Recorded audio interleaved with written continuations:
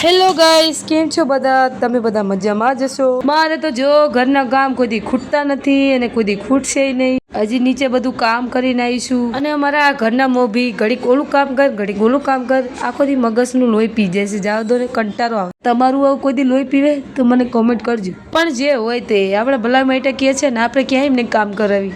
એ તો જેમ જેમ ઉંમર થાય ને એટલે માણસ થોડુંક સટકી જાય, બીજું તો કંઈ નથી. પણ યાર હાવ કંટાળો લેવરાઈ દેશે. હાવ જવા દો ને. આખો દી તો નથી હોતા, પણ 2 કલાકમાં આપણું લોહી પી જાય, લોહી. ઘરના કામ કરવા મશીન જ નવરી નથી થતી. નીચે બધું કામ કરીને આવી, વાસણ ધોઈને આવી, વાસે ધોવારીને આવી, તો હજી અહીંયા કામ પડ્યું છે.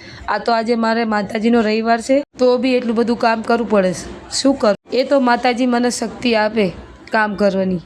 બાકી જો મારી કડવા ચોથની મહેંદી કેવી છે, ઓલી બાજુ તો મેં મારા હાથે પાડી છે. હો, કેવી લાગે છે? આ બાજુ તો કલરવાળી હતી એટલે જલ્દી જતી રહી, નકર તો જાય જ નહીં. કારણ ઘરે હાવ કંટાળો આવે છે. શું કરું?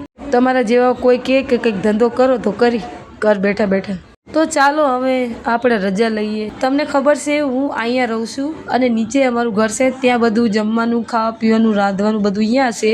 પણ ખાઈ પીને અમે નીચે ઉપર હું આવતા રહી. તો હવે તમે કોમેન્ટ કરજો કે કેવા બ્લોગ બનાવી નાખું. તો મને તો કંઈ ખબર પડતી નથી કેવા બ્લોગ બનાવું. તો મળીશું આપણે નેક્સ્ટ બ્લોગમાં.